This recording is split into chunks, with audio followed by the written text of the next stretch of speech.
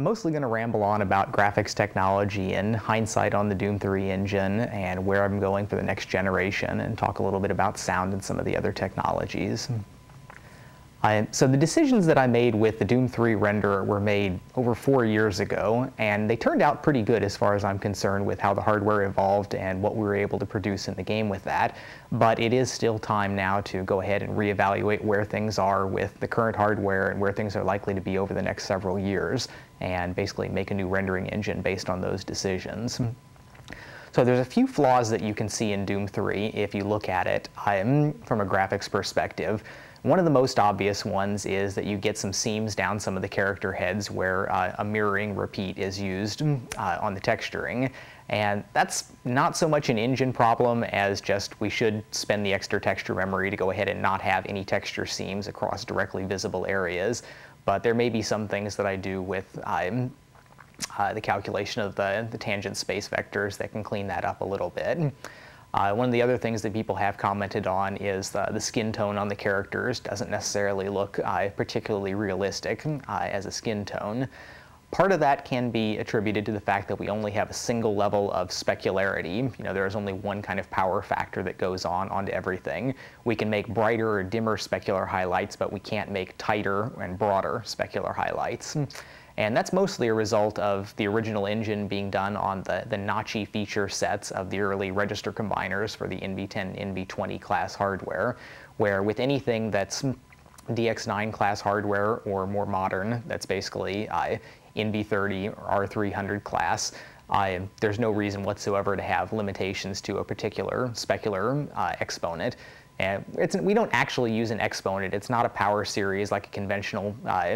cosine raised to a particular power on there, where it's actually in Doom a kind of a windowed function that does some bias and squares. It was something that worked out reasonably on the early fixed function hardware and was actually a little bit easier to control because it has a very finite fall off, where in theory classical Phong shading with a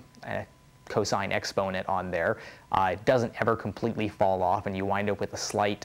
addition across everything, and it's a little bit nicer to be able to have that completely windowed off. But the fragment program paths actually do use a texture lookup table for the specular exponent, and I just made that texture to be exactly what was calculated in the earlier fixed function hardware. But you can easily replace that with anything that you want, and what I've done in the newer rendering paths is made it a two-dimensional texture, so all of the specular lookups happen with an additional rendering map that has the specularity factor in there. What we call specular maps in Doom 3 are more commonly called gloss maps, where it's just affecting the intensity of the specular highlight. But we now also add in new technology the ability to change the breadth of the specular highlight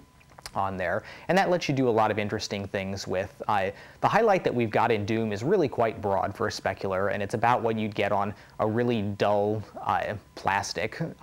something that wasn't very shiny, and it's kind of a fairly broad spread out thing, and you don't get anything that looks like a really good metallic highlight, or things that would be shiny cast plastic. So there's a lot of neat stuff that you get just playing with that and going ahead and having some that are even broader and some that tighten down really a whole lot to give you bright little pinpoint highlights on there. The other issue with specularity is that you can see in some cases in Doom where if you have a really broad triangular surface or a broad surface with very low polygon tessellation, Doom uses half-angle interpolation for the specular calculation, again because that's all that was reasonable to do with the fixed function hardware early on. I much prefer to use actual reflection vector calculation, which doesn't involve any nonlinear calculations at vertexes. What that means is that if you take a really large box room in Doom and punch a hole in the center of it so you've got some funny triangulations going on, and then you have a bright light with a specular highlight moving around, as you walk around, the shape of the highlight will change quite a bit depending on where it is in the triangular surface, even though it shouldn't based on the location of the viewer and light source. So that was another fairly straightforward thing that gets addressed, where with reflection vector calculations, no matter what the underlying triangle tessellation is, you get exactly the correct highlight on there. Another minor thing that you see in Doom, again on big flat surfaces with the specular highlights, is that there's a graininess to the specular highlight. And that's actually mostly due to using cubic environment maps for normalization. When that's replaced with direct calculations, again only in the ARB2 path on there, you get a better quality highlight on there, but there's still a small amount that goes in. There's two normalizations that happen. One of them I did replace with calculations, the other one's still with a lookup map on there. So there's a slight quality improvement to, again, placing that into mathematical calculations instead of texture lookups. One of the other things that you notice in basically everything using normal maps right now, when you've got specular highlights on there, and it becomes much more apparent when you add tighter specular highlights, is there's a degree of aliasing where normally people think about aliasing just at the edges of polygons, where if you've got a thin railing, you get an obvious kind of notchy pixel edge at the side when you've got it in front of a background that's lit differently. And hardware anti-aliasing does a good job at addressing this. But as we get more sophisticated with what we're doing inside surfaces, we've got whole new classes of aliasing that are coming into it, which are in-surface aliasing based on the actual texture calculations. So what happens in games that have normal maps on there is the calculations where you may have a specular highlight that happens at the interpolated point between one sample and another, where one facet may be pointing up, one facet may be pointing off to the right, and depending on where the viewer and the eye is, some combination either at those points or in between them may have a really bright specular highlight. And Doom doesn't suffer from it too badly because the specular highlights tend to be very broad, but as you tighten it up, it does get to be more of a problem, where you get slight movements cause the bilinear interpolation or trilinear interpolation on the surface to generate normals that either approach or move away from the exact specular highlight, and that will cause little shimmery speckles to happen on the surface as things go in and out of the exact highlight point on the reflection vector. So this is something that I'm still working on various techniques to combat on there, but the primary direction that I'm looking at is to go ahead and analyze the actual surface normals along with the specularity factor and basically dim out this or broaden the specular highlight as more geometry is pushed into whatever may be covered by the filter kernel on there. And that seems pretty promising on there, and it works nicely. One minor drawback is that it does wind up having to tie together the specularity maps and the normal maps, where you wouldn't have the freedom to take a single surface and flip a different normal map onto it without having a matching specularity map on it. So they become kind of multiple channels of a more complex data structure on there. That also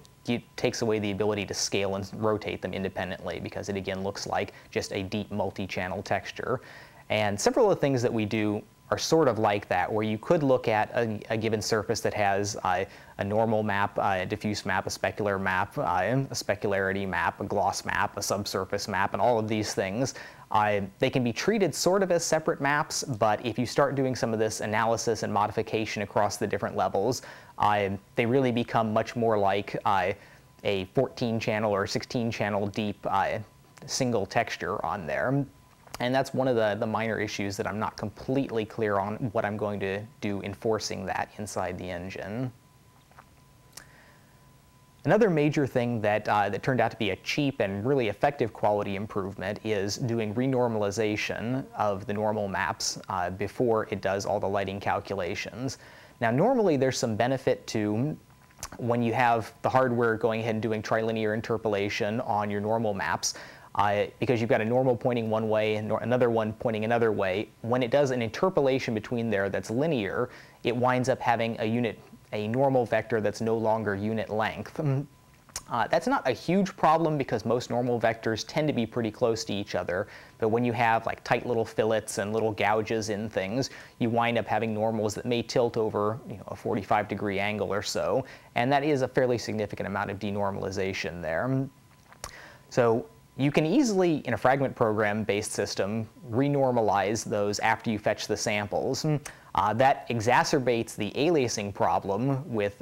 in-surface specular highlights and such, but it makes a lot of surfaces look a whole lot better, where you can go up to surfaces that may have been,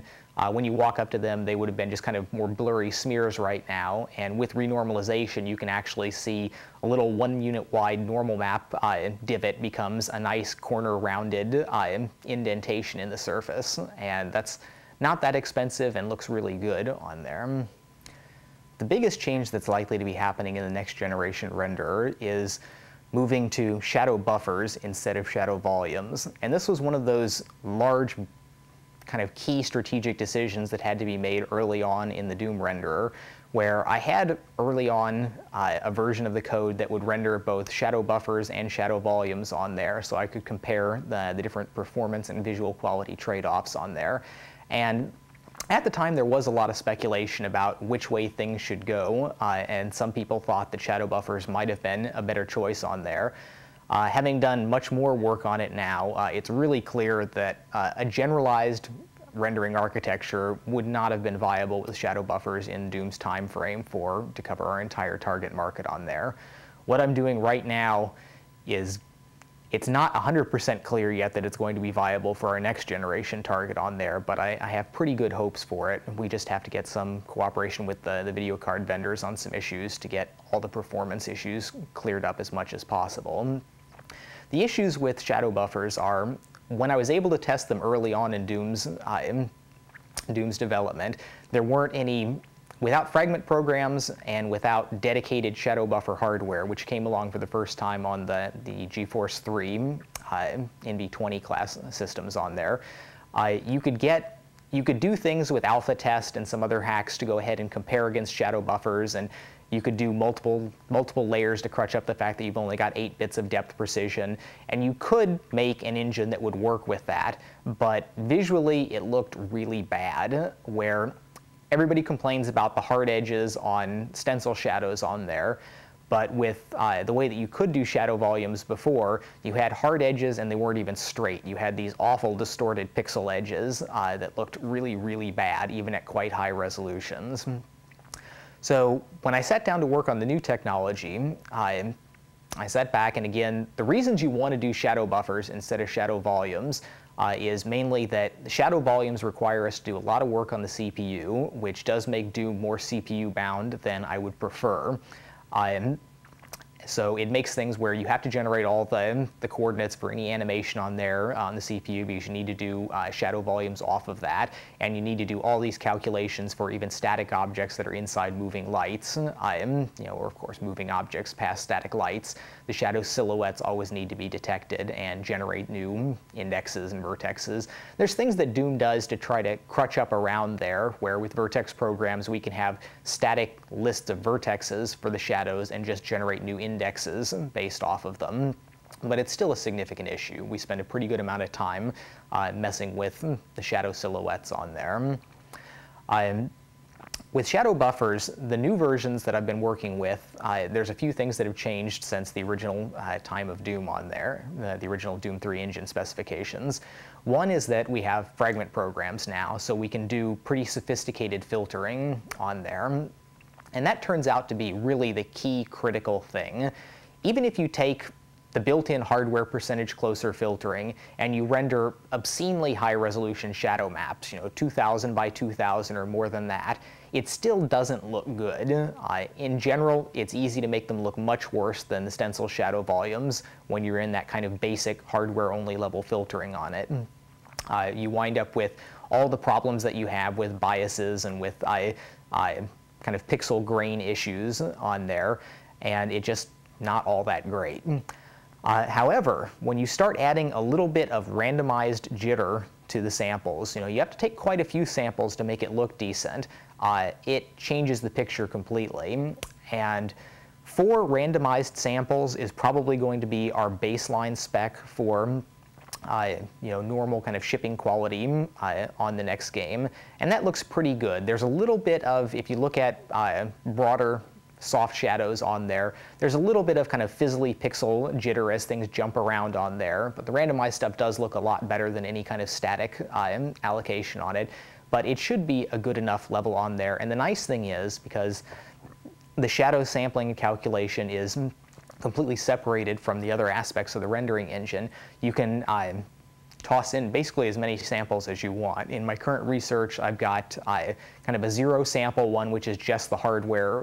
percentage closer filtering for comparison, a single sample that's randomly jittered, 4 samples is kind of the baseline, and also a 16 sample version, which can give you very nice high quality soft shadows on there. And I'll probably toss in even higher ones, like a 25 or 64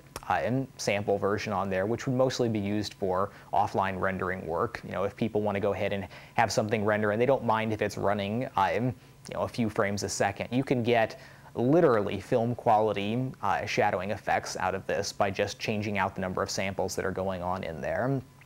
Because this does wind up being very close to the algorithm that Pixar has used in a great many of the RenderMan-based movies, and it's just running in the GPUs now at real time at the lower sample levels.